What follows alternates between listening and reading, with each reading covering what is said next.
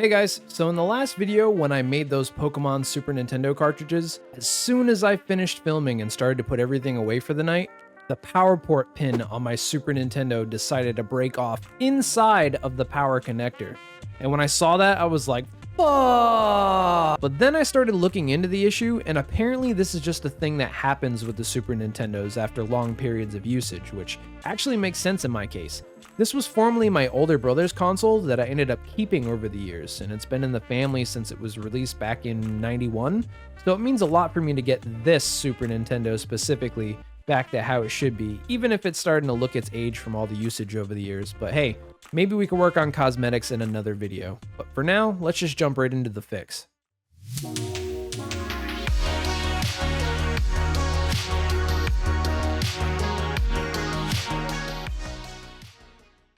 Okay, so to start things off, we're gonna flip the Super Nintendo over to the back. I actually put that little port piece back into place so you guys can see how it should look like, but I'm gonna actually remove it here with a pair of tweezers so you guys can see. So obviously this isn't supposed to happen, but it just slid right out, and it did that earlier and stayed inside of the power connector, and I would imagine that's not good for like fire concern reasons maybe, I don't know. Either way, it doesn't look good and I just wanted it replaced, and it turns out you can actually buy these replacement parts for like $5 on eBay. I mean, certain places have it for a little more, but this is really cheap to get your hands on for a fix.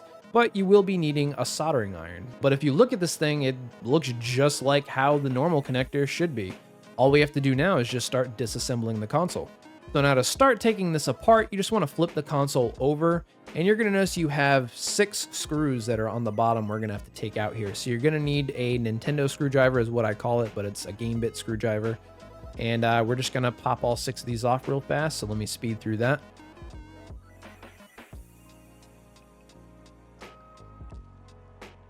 And when we're all done, we can just flip the console over. And the top half of the shell should just slide right out. And off rip on opening this, you can see the eject piece has seen better days. I really don't know what I can do to clean this. I'm going to try using some rubbing alcohol, and honestly, I'm going to clean the whole console up, which, looking at it, doesn't look too bad. I've never opened this console up before, and honestly, I was expecting worse, but this will be pretty easy to clean up. Let's start by getting rid of this eject piece here, which is pretty simple to remove. There's this little pin here. All you have to do is just lift and pull it out, and it literally disconnects the whole thing. There's a spring connecting on the left side. You don't want to lose that. And obviously put the ejector piece off to the side. So now we're going to start working on this ribbon cable here. Be very gentle when you're pulling this out. This is what connects the controllers to the console. It might be kind of hard for me to get a good angle with the camera and pull this, so just give me a second to wiggle this out. Once the ribbon cable is removed, you can actually just slide the controller ports right out, and then you can toss that to the side as well. And now we're going to start working on the power switch. There is 2 Phillips screws connecting this into place, and I got my electric drill here, so I should have these out in a second. After that, the power port should just lift right out.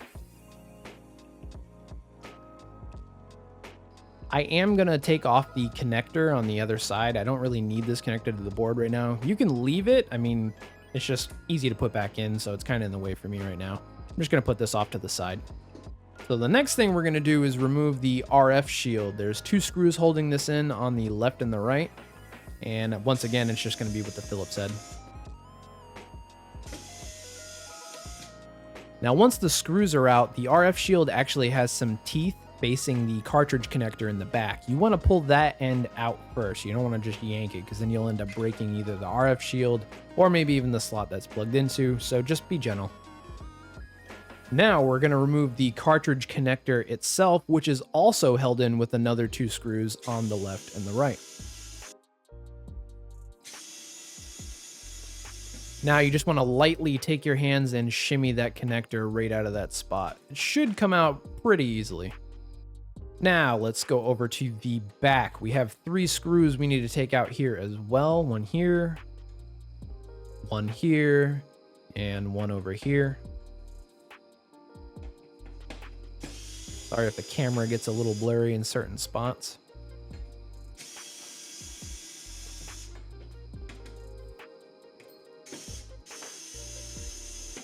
All right, now we're done with unscrewing everything and the board should just come out. Now we can actually get a good look at the inside of the case, which still dirty, still nasty, but again, I was expecting worse. Not too bad. 30 years untouched. I'm surprised.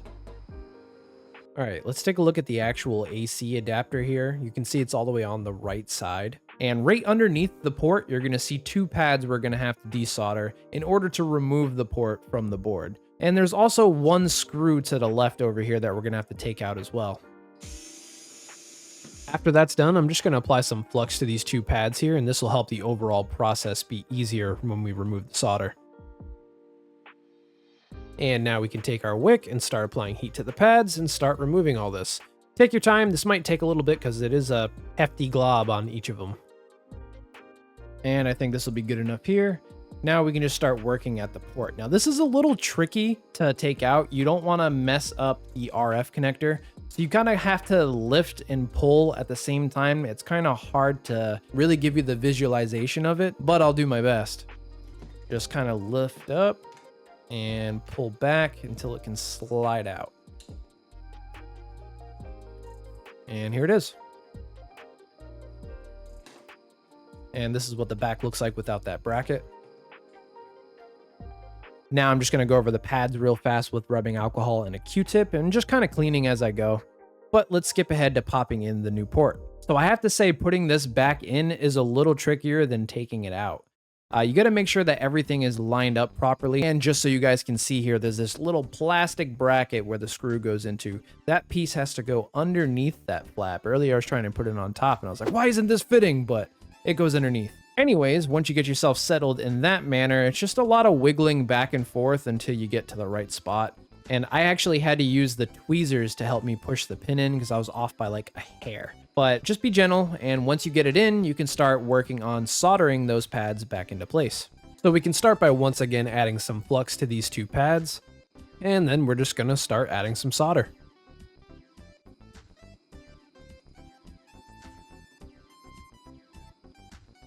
Once that's done and these pads are all cleaned up, we can start reassembling the console. We can start by putting that screw back in that we took out that was next to the pads. And once that's done, we can take the motherboard and pop it right back inside of this nice clean case that I just finished. Everything should go back just to how it was normally, and we're gonna start working our way backwards from how we disassembled it. On here, it'll just be the 3 screws in the back. These 2 are connecting the port that we just installed, and I believe the one on the left is just holding the motherboard in place. The next thing to do would be to put this cartridge connector back into place. It should just pop right on. And we have those 2 screws that are on the left and the right that we're also going to have to take care of. Now we're going to do the RF shield. So for this, remember the teeth that I mentioned? You want that end to go in first. So just kind of shimmy the back end first and then work your way to the front. Everything should fit nice and flush. And with this, we have the 2 screws on the left and the right as well. Then we're going to reinstall our power switch, which we just have to plug in that connector that we took off earlier. And then slide this just right into position where it was last time and hold it in with those 2 screws. Next up, we're going to take the controller connector and just slide those back into where they belong. And then we're going to take the ribbon cable and gently plug that back into place. Now we can start working on the fun part, in my opinion, and that's putting the ejector piece back in. It's really not that hard to do, but it is a little bit of a pain just trying to do it with your 2 hands. With me, I have these fat sausage fingers, so it's really hard for me to kind of sit things where I want them or hold them in place where I want them to be. But what I like to do is keep the pin kind of almost all the way into the ejector slot right now. That way I can just kind of get it as close as I can to the spring to slide it into place without having to make much wiggle room, if that makes sense. And just so you can see, there's a little hole down here where the spring is going to go into place. The longer end of the spring is going to be on the bottom with the shorter end being on the top. Well, let's go ahead and start doing that.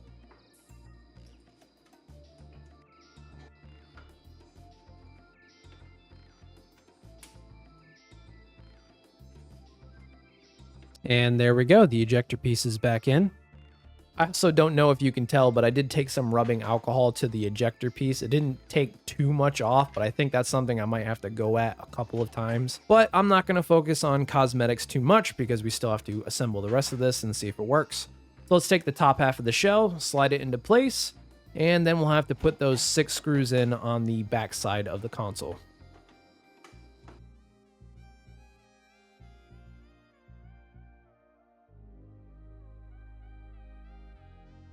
All right, got that done. Now we can head into the other room and start testing this thing out. All right, I got the Super Nintendo here on the mantle. I just got to start plugging everything in and we'll see if I can get Super Mario World running.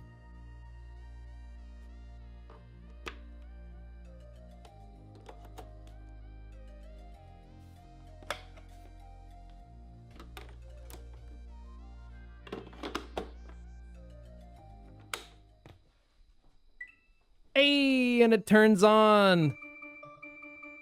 That's about it for me, guys. I hope you all found this video enjoyable. If you run into any issues, if you're attempting this yourself, leave a comment down below. I'll do my best to try to help you out. But I think I'm going to end the video here, and I will see you guys in the next video. Adios.